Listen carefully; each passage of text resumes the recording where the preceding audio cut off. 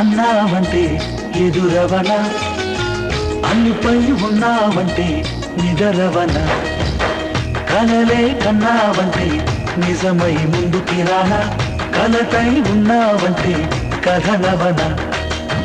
అమ్మలో ఉండే సగం అక్షరం నేనే, నాన్నలో రెండో సగం లక్షణం నేనే.